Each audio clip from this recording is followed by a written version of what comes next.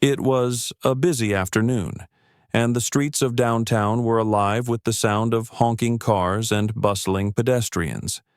Everyone seemed in a rush, moving quickly through the chaotic city. A black man, dressed casually, was walking across the street. He was in a hurry, glancing at his watch as he hurried to a meeting. The traffic light was red, but he didn't think it was a big deal. The street was mostly clear, and he was just focused on getting to where he needed to go. Out of nowhere, a patrol car sped towards him, lights flashing as it came to a screeching halt. The man's heart skipped a beat. He quickly looked around, wondering if something was seriously wrong. But the officer got out of the car with a stern look on his face. "Hey! You're jaywalking! Stop right there!" the officer shouted, walking towards him. The man froze, surprised. Jaywalking? The man thought. Is this really happening? He couldn't understand why the officer had stopped him for something so small. But what happened next changed everything. The man calmly responded, "I'm sorry, officer, but I'm just heading to an important meeting. I'm in a bit of a rush." The officer ignored him and demanded, "Give me your ID, now." And that's when the man said something that made the officer's eyes widen in disbelief. "I'm a state attorney." The officer stood there, staring at the man in disbelief. He had heard what the man said, but it didn't seem possible.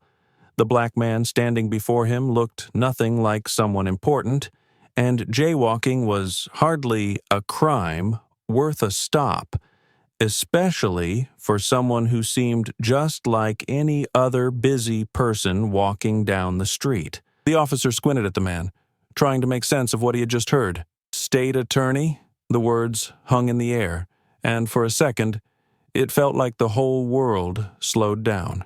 "Are you sure about that?" the officer asked, trying to keep his voice steady, though his confusion was clear. He had stopped hundreds of people for minor violations, but no one had ever reacted like this. "I'm a state attorney," the man repeated calmly. There was no doubt in his voice, but the officer was still skeptical. The officer stepped back, his eyes scanning the man. He wasn't dressed in an expensive suit, nor did he have any particular markings of someone who would be in a high position. The officer's mind raced. How could this man, dressed casually, be an attorney? It just didn't make sense to him. The officer took another step forward, his hand still hovering near his radio. "What's the deal? You're jaywalking and now you're claiming to be a state attorney?" he muttered. He was becoming frustrated now. In his experience, most people who made excuses were just trying to get out of trouble. But this man didn't seem like he was making excuses. He seemed calm, collected, and certain. The black man looked straight into the officer's eyes, his expression unchanged. "I'm not making excuses. I'm telling you the truth. I'm just trying to get to a meeting that could change things for a lot of people. This is important." The officer was still hesitant. "Why would a state attorney be walking down the street like this?" "You don't look like what I expected." The words slipped out before he could stop them, and he immediately regretted them. The black man didn't flinch. "Why do I have to look a certain way to be respected?" he asked, his tone firm yet calm. "It's not about how I look. It's about doing the right thing. We all make mistakes." The officer paused, still unsure how to handle the situation. Was he really going to accuse a state attorney of jaywalking? And why did he feel this urge to question the man based on his appearance? The officer's actions weren't making sense anymore. "I'll show you my ID," the man said, reaching into his pocket. He pulled out a card and handed it to the officer. "You'll see for yourself." The officer took the card, but he was still skeptical. He looked at it carefully, trying to see if it was fake. He ran his fingers over the text, verifying the details. As he stared at the card, he began to feel the weight of the situation. This wasn't just a normal interaction anymore. This was something more serious. Finally, the officer spoke again, his voice quieter. I didn't know," he said, sounding a little embarrassed now. "I'm sorry, sir." The black man nodded, but he didn't say much. The apology didn't matter to him as much as the recognition that assumptions had been made about him based on the color of his skin. It wasn't just about being falsely accused. It was about understanding that everyone deserved to be treated with respect, no matter what they looked like. The officer, still holding the business card, stared at the man for a few moments. He wasn't used to this feeling, this sense of being wrong. He had treated this man unfairly, and now he realized that. The tension in the air was palpable, but the black man wasn't angry. He was teaching the officer a lesson in patience and respect. The officer stood in silence, and for a moment, neither of them spoke. There was an uncomfortable silence between them as the officer continued to process the situation. What had he learned? What would he do next? The officer stood there, still holding the card, his mind racing. He had never felt this way before.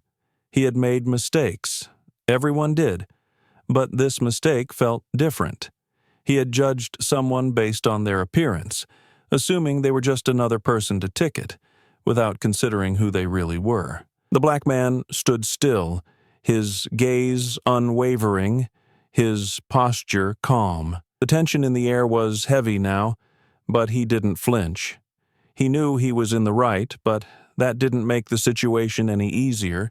He had tried to remain patient, to educate the officer in a way that would open his eyes to his assumptions. But now it was time for the officer to reflect on his actions. The officer's voice broke the silence. "I'm sorry, sir. I shouldn't have acted the way I did.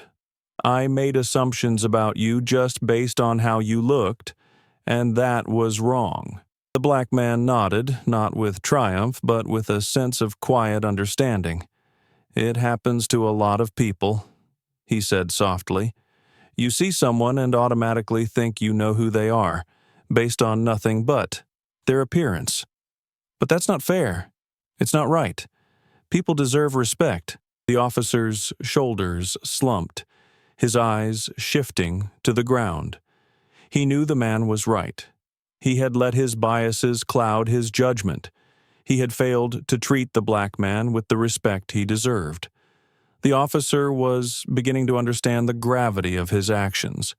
He had treated this man like a criminal when he had no right to do so. "I don't know what I was thinking," the officer continued, his voice quieter now. "I've been doing this job for years, but I've never encountered something like this before. I've always treated people like they're guilty until proven innocent, but I guess that's the problem, isn't it?" The black man looked at him, his expression calm but firm. "It's about respect. It's not just about being right. It's about treating everyone as equals. No one should have to prove they're worthy of respect." The officer took a deep breath, feeling the weight of the man's words. It wasn't just about this moment. It was about all the moments he had treated people like they didn't matter, based on nothing but their race or appearance. It was about being better, doing better, and changing the way he thought about others. "I'm sorry," the officer repeated, his voice full of sincerity now. "I should have asked you more questions. I shouldn't have assumed." The black man nodded again, not in forgiveness, but in recognition that the officer had taken a step toward understanding. "That's all I ask for. Ask questions before making judgments. Treat people with dignity. Everyone deserves that, no matter where they come from or what they look like." The officer stood silently for a moment, his gaze still lowered. He was processing everything the man had said. He knew he couldn't undo the harm he had caused in the past, but he could try to do better moving forward. The black man didn't hold a grudge. "I'm not upset," he said, his voice still firm but not harsh. "I just want to make sure that people aren't treated this way anymore. It's about learning, growing, and being fair." The officer finally looked up, his expression filled with a sense of resolve. "You're right. I've learned something today. I'll make sure this doesn't happen again." The black man gave a small nod, and with that he turned and started walking away. His steps were steady, his confidence restored. He wasn't angry, but he was resolute. The officer had learned something, but it wasn't enough to change everything in a single moment. The world needed more of these conversations, more people standing up for fairness and equality. As the black man walked off, the officer stood there for a while, reflecting on everything that had happened. He hadn't just learned a lesson about the black man he had stopped, he had learned a lesson about himself. He had to do better. He had to treat people better. And he wasn't the only one who needed to change. The black man's words lingered in the officer's mind.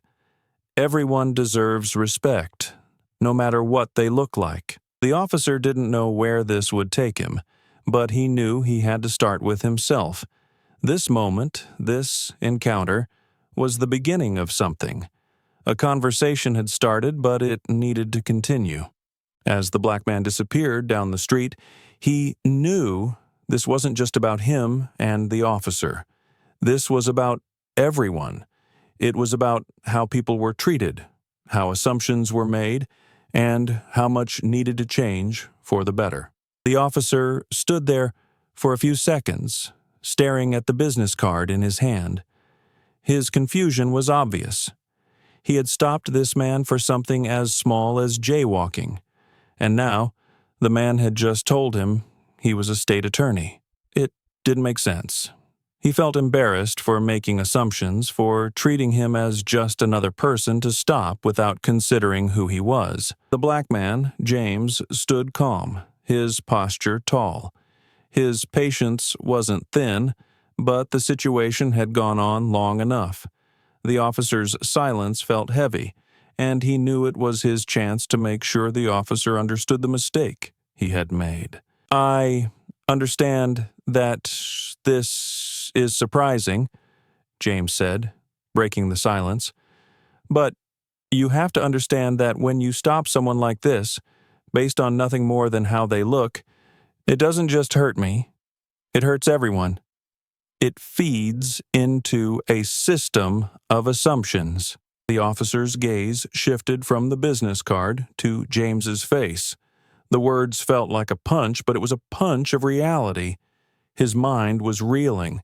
He was realizing how his actions had been shaped by biases he hadn't even known he had. "I didn't mean to offend you," the officer said, his voice quieter now. The arrogance that had marked his tone earlier had melted away.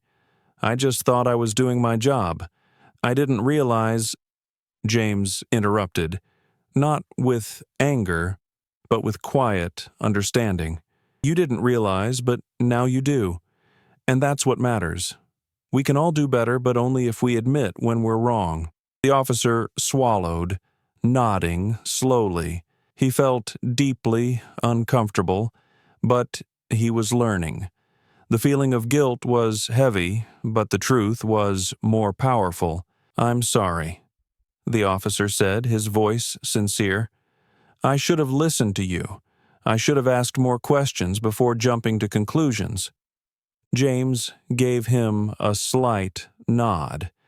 It wasn't a gesture of forgiveness, but it acknowledged the officer's attempt to understand. "You're not the only one who's ever made these mistakes," James said calmly, "but we all need to do better. It's about treating people with respect. It's about making sure that no one is judged based on how they look or where they're from." The officer stood still, processing. He had been taught to follow certain procedures, But now he understood that those procedures didn't always consider the whole person. It didn't consider the context of the situation, and it didn't leave room for human decency. "I've been doing this job for years," the officer said, his voice quieter now, tinged with regret. "But I've never thought about it this way. I never realized how quickly I made assumptions." James nodded. "We all have biases. It's how we act on them that matters.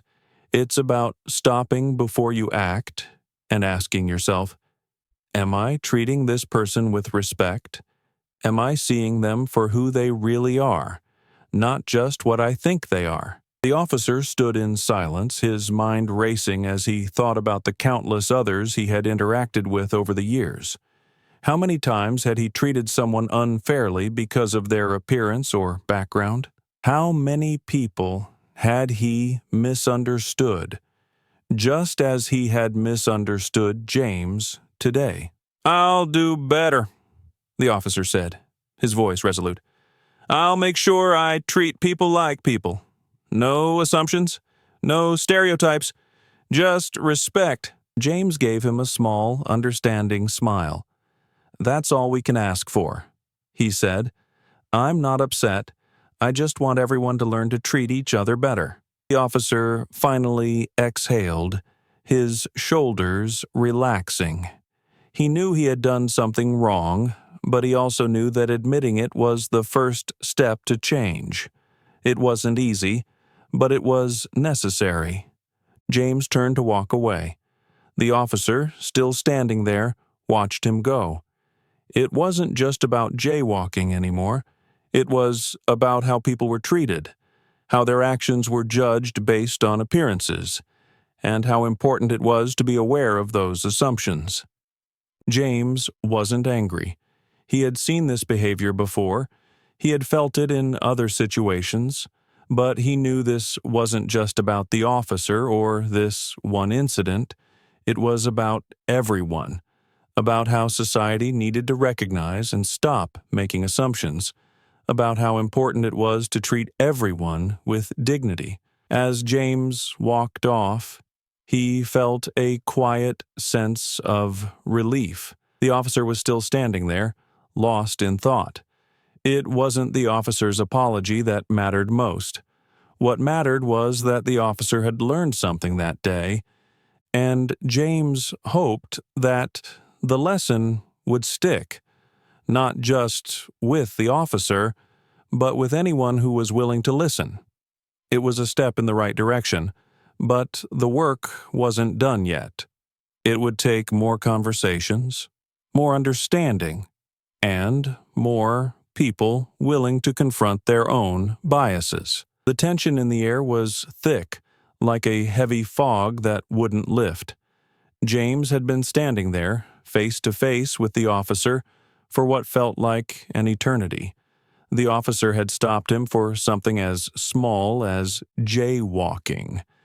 And yet, here they were, caught in a standoff that seemed to grow more intense with every passing second. The officer's grip tightened on the ticket book in his hand, and his face was flushed with both confusion and disbelief. He had never imagined that a simple traffic stop could turn into something so complicated. The black man in front of him, someone he had initially judged without a second thought, was now challenging everything he had believed to be true about his job and about the world. James, meanwhile, stood his ground. He wasn't angry, but the moment had shifted. It wasn't just about jaywalking anymore. It was about power, respect, and the deep-seated biases that had shaped the officer's view of him before he even spoke. James had hoped this would be a quick interaction, a misunderstanding that could be cleared up with a simple explanation. But the officer's behavior was different from what James expected. The officer had escalated things unnecessarily, not just with his attitude, but by questioning James's every move, challenging his credibility without any evidence to back it up. "I don't get it," the officer said, his voice trembling slightly as he looked at James. You're a state attorney, and yet you're jaywalking? That doesn't make sense. James could hear the disbelief in his voice, and it irritated him. Why was it so hard for the officer to believe that a state attorney, or anyone for that matter, could make a simple mistake like jaywalking? The officer's words were laced with suspicion, as if James's position in society should somehow protect him from such an ordinary, human mistake. It was clear to James now that the officer was struggling with his own assumptions, and those assumptions were clouding his judgment. "I told you," James replied, his voice calm but firm. "I'm a state attorney. I've made mistakes, just like everyone else. But that doesn't mean I deserve to be treated like a criminal for something as small as this." The officer paused, his gaze shifting from the ticket book to James's face. He wasn't used to being challenged. His job, his authority had always been unquestioned. But now, standing in front of him was a man who refused to back down. A man who knew his rights and wasn't afraid to assert them. "Don't you think I know the rules?" the officer said, his voice rising. "I've been doing this job for years. I know what I'm doing. You don't get to walk away just because you think you're above the law." James's eyes narrowed slightly. "I'm not saying I'm above the law," he said slowly. "I'm just saying that we all make mistakes. And when someone tells you who they are, you should listen, not just assume things because of how they look or what they're wearing." The officer's expression hardened. He was clearly struggling with James's words. His mind was racing, trying to justify his actions, but he couldn't. The situation had gone far beyond a simple ticket.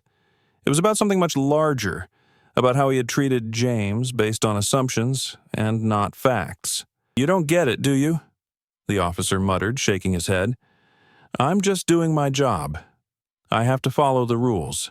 James exhaled sharply. "You're right. You do have to follow the rules, but you also have to treat people with respect. That's not in the manual, but it's important." The officer seemed to hesitate, his grip loosening on the ticket book. For the first time, he was thinking about what James had said.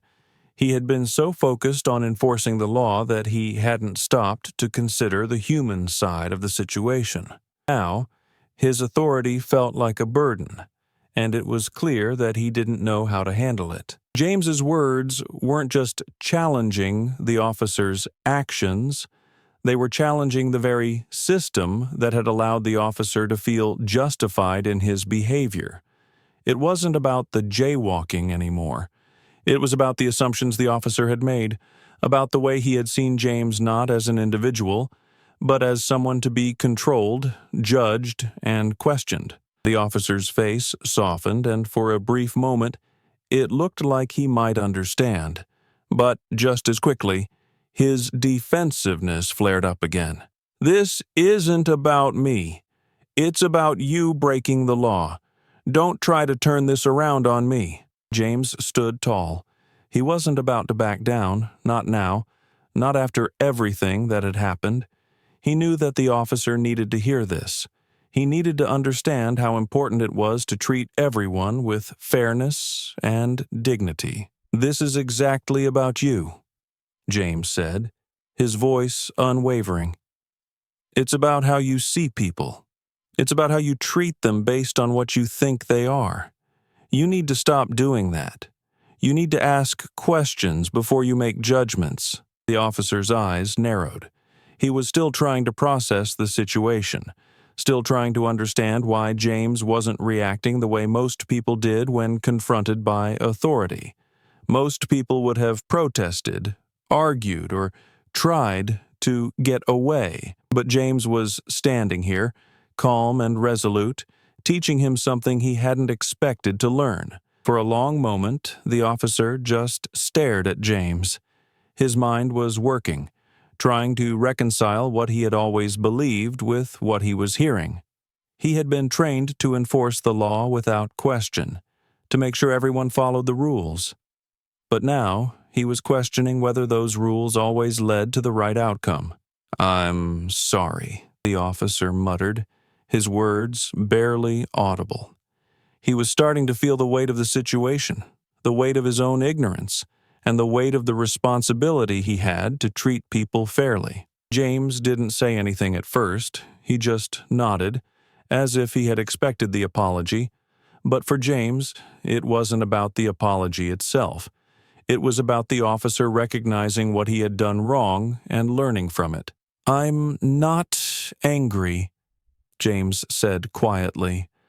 "I'm not trying to make you feel bad.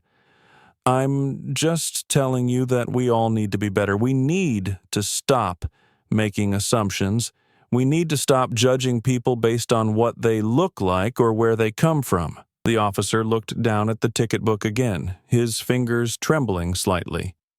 He had made a mistake. He had judged James based on nothing but his appearance, and now he was facing the consequences of that mistake. James took a deep breath. "I'm going to let you go now," he said. "But remember what I said. Treat people with respect. Don't just follow the rules. Live by them with fairness." The officer swallowed hard, nodding. He didn't know what else to say, but James's words had hit him hard. He had made a mistake, and now he had to live with it. But maybe, just maybe, he could change. The officer stood there, his shoulders slumped slightly as if the weight of the situation had, finally, hit him. He looked down at the ground, not knowing how to respond, and it was clear that the pride he once carried had been deflated. "I didn't know who you were," the officer admitted, his voice low, almost embarrassed. "I shouldn't have jumped to conclusions." James had been calm throughout the entire interaction, and now, as the officer finally acknowledged his mistake, he didn't feel the need to rub it in.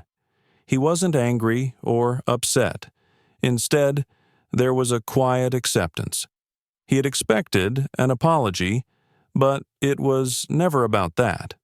The truth was, it was about the deeper lesson that needed to be learned here. James looked at the officer, his expression serious but not harsh.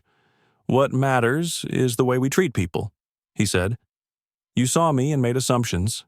That's not fair. You have to respect people, no matter what they look like." The officer swallowed, unable to meet James's gaze.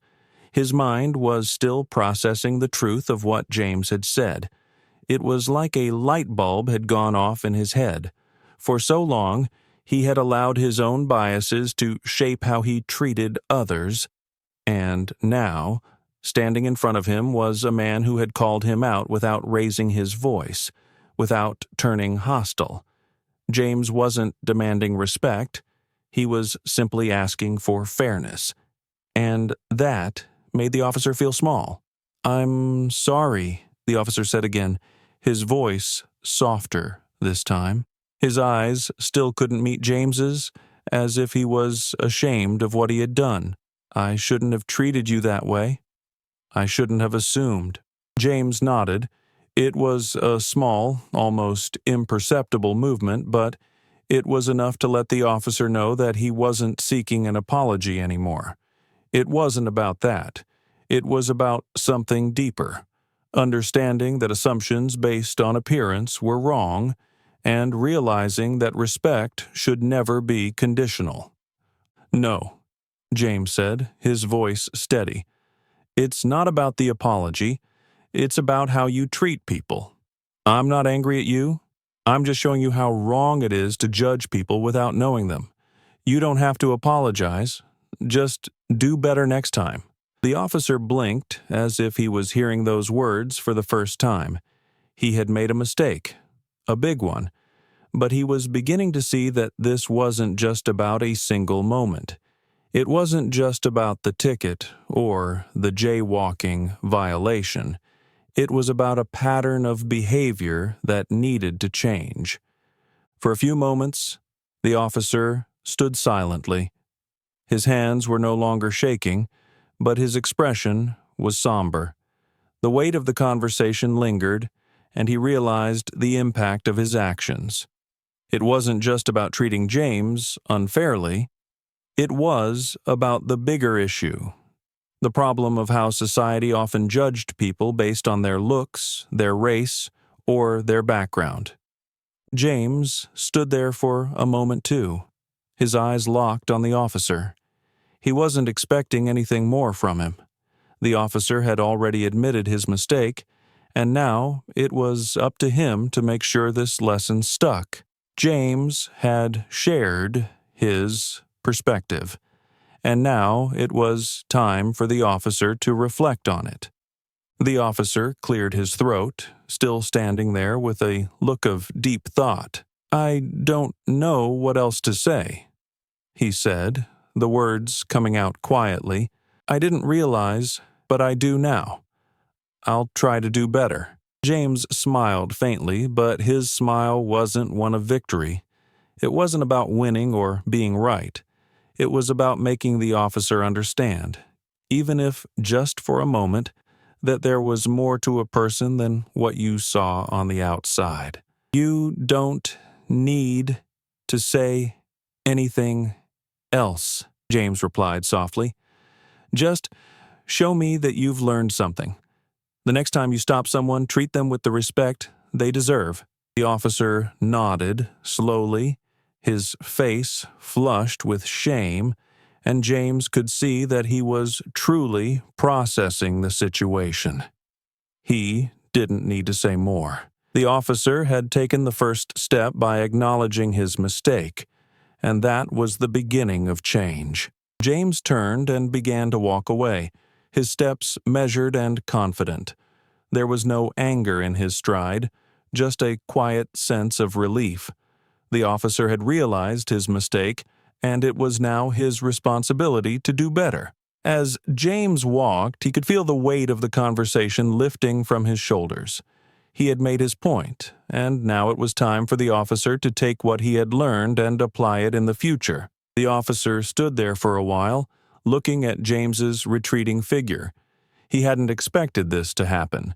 He hadn't expected someone to stand up to him, to challenge the assumptions he had made so effortlessly.